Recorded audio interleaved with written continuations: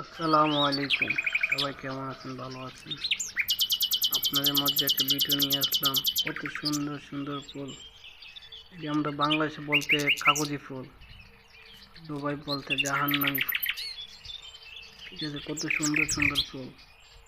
আলহামদুলিল্লাহ, অনেক সুন্দর লাগে আমার এই ফুল বাগানের ফুলগুলা।